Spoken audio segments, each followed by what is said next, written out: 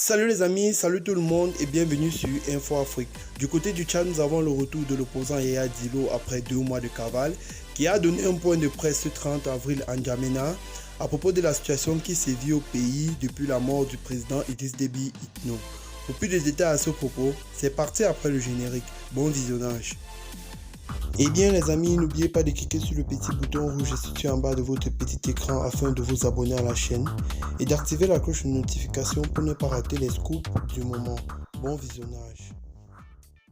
Après 2 mois en cavale, Yaya Dillo a donné un point de presse ce 30 avril à N'Djamena. L'homme a profité de l'occasion pour donner sa position relative à la crise politique actuelle du pays. Lèvres sèches, regard perçant, Yaya Dillo Djeherou fait ainsi sa première apparition publique ce vendredi 30 avril. Depuis l'assaut des militaires à son domicile qui a coûté la vie à sa mère, l'homme dont la candidature à la dernière présidentielle a été rejetée est enfin apparu officiellement. Cet après-midi, il est vêtu d'un boubou blanc, la tête complètement enveloppée par un turban et d'un mine exténué par le carême qu'il observe depuis plus de 2 semaines. Jamais, au plus grand jamais, martèle-t-il avec rage. Pour lui, il n'est pas question de faire partie du gouvernement de transition en gestation. Les raisons, il ne les avance pas.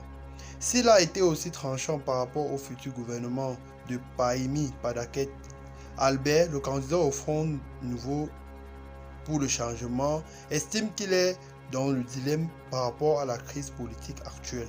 Nous ne pouvons pas exiger le retour à l'ordre constitutionnel, déclare-t-il avec retenue de presse. Selon lui, ce feedback est synonyme de revenir aux institutions qui ont permis la fraude électorale, de donner quitus au fonctionnement de la Commission électorale nationale indépendante, à la Cour suprême, à l'Assemblée nationale. Alors, il n'est pas question, au-delà des problèmes politiques actuels, nous optons pour une transition apaisée, même si cela ne s'adapte pas à nos convictions d'agir dans l'illégalité, justifie-t-il son choix. Pour l'ancien ministre, cela doit passer par un dialogue inclusif incluant tous les Tchadiens autour d'une table de négociation. C'est l'issue d'une paix définitive et le début d'un processus démocratique permettant au Tchad de jeter les bases essentielles d'un état de droit, fait-il ainsi comprendre.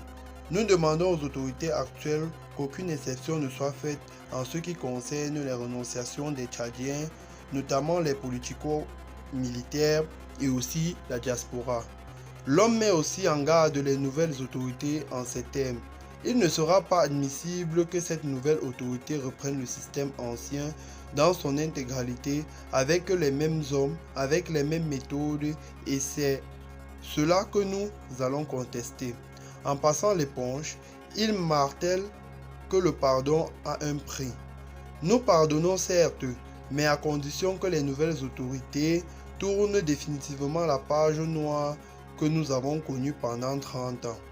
Pour boucler ce point de presse, Yaya Dillo exige une transition inclusive qui ne doit pas dépasser 18 mois annoncés par le Conseil militaire de transition au pouvoir depuis le 20 avril, après la mort du président Idriss Déby Itno.